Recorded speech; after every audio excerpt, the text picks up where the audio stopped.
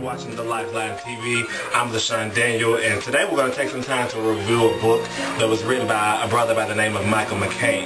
And this book was submitted to us a few weeks ago, and the title of it is Life Editing. And I believe it's a message I believe a lot of us can relate to when you're trying to get rid of some hindrances and roadblocks and some toxic relationships and different things of that nature that all seem to boggle us down.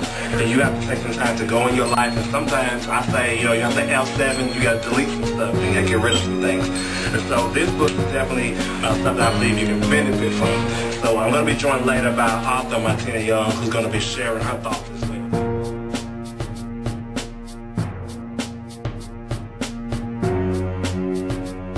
I wanted to share with you a few things that I received from the book Life Editing. First of all, one of the things that grabbed me immediately was the subtitle, Taking Out the Trash.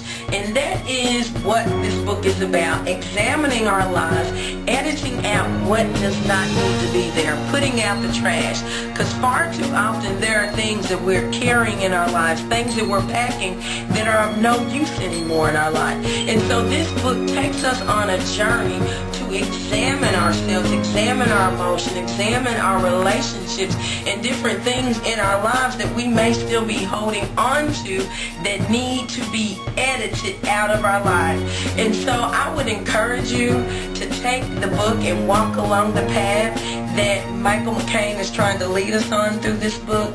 Many of us sometimes are hindered by relationships, by careers, by different things in our lives that we continue to hold on and God is asking us to release. So Life Editing is a book that will change the direction of your life if you would take the time to allow God to minister to you through the words found in the book. The chapter entitled Self-Sabotage, it opens with this question, and it says, who needs enemies when you have yourself?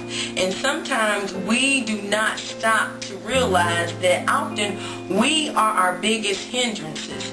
And in that chapter he talked about how often we are our own greatest stumbling block, and that we need to stop and examine what's going on in our own minds and our own lives to stop our progress. Stop blaming everybody else and stop and look at yourself to see, is there something within me that I need to change? For example, he talked about how our thinking can be a hindrance to us going forward. And instead of going around thinking lowly of ourselves or thinking that we can't accomplish this and the other, if greatness is what we desire, then greatness is what we should set our minds on. So it's time to cut out the self-sabotage, get on the road of life editing, trash out, and move on, because God has great things in store for each and every one of us.